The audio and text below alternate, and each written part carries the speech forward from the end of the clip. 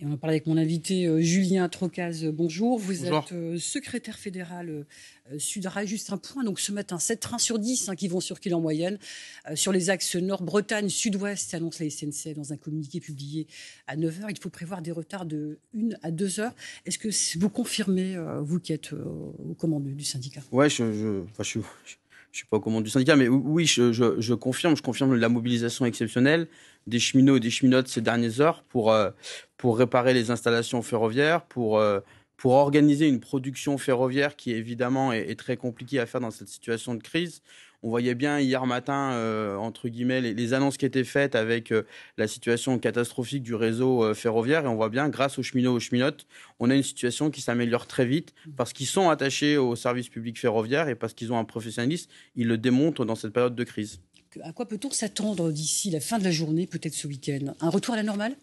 Alors ça, c'est avec, on aura un point avec la direction de l'entreprise dans la journée. Moi, ce que je peux dire, et c'est pour ça qu'on vient sur les plateaux télé, c'est pour dire que nos collègues, ils font le maximum. Enfin, hier soir, on était des millions à regarder la cérémonie d'ouverture des Jeux Olympiques. Bah, il y avait des milliers de cheminots, cheminotes qui s'étaient pas prévus, qui ne devaient pas travailler hier soir, qui ne devaient pas travailler ce week-end et qui, exceptionnellement, ont travaillé et dans tous les services de la SNCF.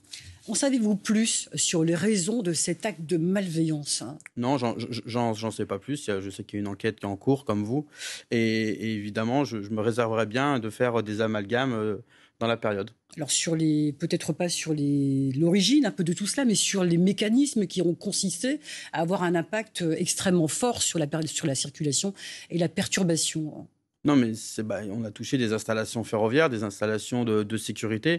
Donc, comme le système ferroviaire français a besoin d'une sécurité de haut niveau, il y a des dégradations importantes qu'il faut réparer, qu'il faut vérifier, qu'il faut après tester.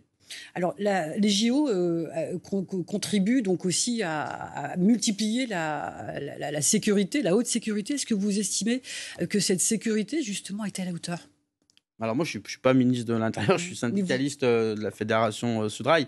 Donc nous, ce qui est important pour nous, c'est alors la sécurité des circulations, la sécurité des voyageurs et la sécurité des cheminots, des cheminotes. Et pour ça, il faut des moyens humains, il faut des moyens matériels. On avait déjà tiré le signal d'alarme, il y a eu des négociations pour les Jeux Olympiques. Après, il n'y a pas que les Jeux Olympiques dans la vie. Enfin là, si vous l'avez dit dans votre reportage, c'est aussi le chassé-croisé des vacanciers. On voit bien que le chemin de fer, que la SNCF, que les cheminots et cheminotes, on est là pour l'intérêt collectif et on sert pour des grands moments, mais aussi des moments un peu moins importants pour le quotidien des usagers et des usagères. Alors, on l'a dit, Patrice Vergrit va s'exprimer en fin de matinée. Est-ce que c'est l'occasion pour vous de demander quelque chose dans cette période particulière, donc qui va durer l'été notamment, et en particulier pour les JO? Non, alors on a déjà demandé, on continue à revendiquer. Là, je crois que tout le monde est aussi le voit.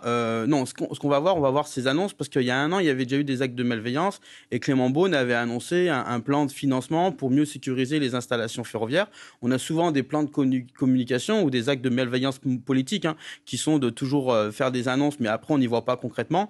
On va voir ce que le ministre des Transports démissionnaire annonce et puis évidemment après il y aura le temps quand même des retours d'expérience et prendre des mesures pour pas que ça se reproduise. Mais vous, quelles sont vos attentes là, avant les annonces? Quelles sont vos attentes? Mais nous, nos attentes, c'est qu'il faut confirmer, il faut réaffirmer un service public ferroviaire et intégré. Je vais juste prendre le mot sur intégré. Aujourd'hui, on veut filialiser l'entreprise SNCF, alors que la force de la SNCF, c'est d'avoir une entreprise intégrée. Et là, on le voit aujourd'hui, on a des collègues de réseau qui sont en train de réparer les voies ferrées, on a des collègues de voyageurs qui sont dans les gares, on a aussi des collègues de Gares et Connexions, on a des collègues d'autres services. Et nous, ce qu'on veut, c'est l'intégration du système, alors que le ministre des Transports en premier est en train de casser tout ça depuis des années avec d'autres politiques.